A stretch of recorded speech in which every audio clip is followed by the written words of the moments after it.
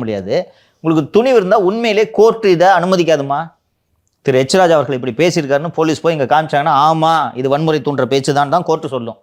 இல்லை இது அமைதியை தூண்டும் பேச்சுன்னுலாம் நீதிமன்றம் சொல்லாது. ஏன் கைது பண்ணல நீங்கள்? இங்கே இருக்கிற காவல்துறைக்கு தெரியாதா? அப்போ திமுக அழுத்தம் இல்லாமல் அவங்க அரெஸ்ட் பண்ணிருக்க மாட்டாங்க. சரி, இப்போ உண்மையாலேயே அவர் பேசியிருக்கான்னு வச்சிங்களா, காவல்துறைக்கு தெரியுதுன்னா அரெஸ்ட் பண்ணியிருப்பாங்க. இப்போ யாருடைய அழுத்தத்தால் காவல்துறை அமைதி கேட்குறாங்கன்னா திமுக அரசோட அழுத்தம். எச் ராஜா தொடாதீங்க, கிளியரன்ஸ் வரல, இல்லைன்னா அரெஸ்ட் பண்ணியிருப்பாங்க. It's a fit case. Court இதை விடாதுங்க. கோர்ட்டு நேற்று ஒரு ஜஸ்டிஸ் சொன்னார் பார்த்தீங்களா, ஜஸ்டிஸ் தெரியும் இது இங்கே பஞ்சாயத்து பண்ணுறதுக்காக தான் போராட்டத்துக்கு அனுமதி கேட்கணும், அதெல்லாம் கொடுக்கக்கூடாதுன்னாரு. அப்போ அப்படி பேசுகிறால எப்படி கோர்ட்டு அனுமதிக்கும்? இல்லை, திரு எச் ராஜா அவர்கள் பேசியது சரி, நான் அவரை ஜாமீனில் விடுவிக்கிறேன்னு கோர்ட்டு சொல்லுமா? யூடியூப்ல கவர்மெண்ட்டுக்கு எதிராக பேசுனதுக்கெல்லாம் வன்முறை தூண்டுறதுன்ட்டு கேஸ் போடுறீங்க, அதிக ரிமாண்ட் பண்ணுறாங்க, இது எப்படி ரிமாண்ட் பண்ணாமல் இருப்பாங்க?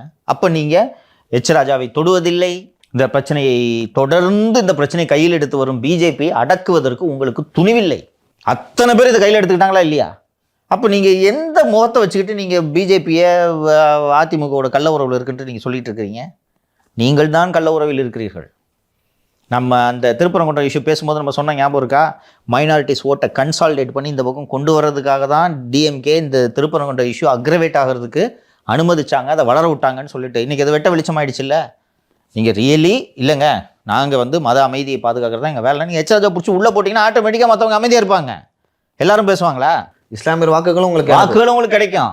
ஆனால் உங்களுக்கு இஸ்லாமியர் வாக்குகளை விட இஸ்லாமியர்களுக்கு எங்கே போகிறாங்க? உங்களுக்கு எங்களை விட்ட வர கதி இல்லை. ஆனால் பிஜேபிக்கு சிக்கலை ஏற்படுத்தக்கூடாது, பிஜேபியோடு நாம் அணுக்கமாக இருக்க வேண்டும் என்ற எண்ணத்தில் தான் வெறும் வாய் சாவடால் இந்த பக்கம் பாசிச பாஜக ஒழிகன்னு சொல்லிட்டு வெள்ளை தூக்கி ஏர்போர்ட் போகிறது மோடி வந்தார்னா. இதுதான் இவர்களின் இதை சிறுபான்மையினர் தான் குறிப்பாக புரிந்து கொள்ள வேண்டும்னு சொல்கிறேன். யாருக்குமே இவர்கள் உண்மையாக இல்லை. பெரியார் கொள்கைகளுக்கும் உண்மையாக இல்லை, மதச்சார்பின்மைக்கும் உண்மையாக இல்லை,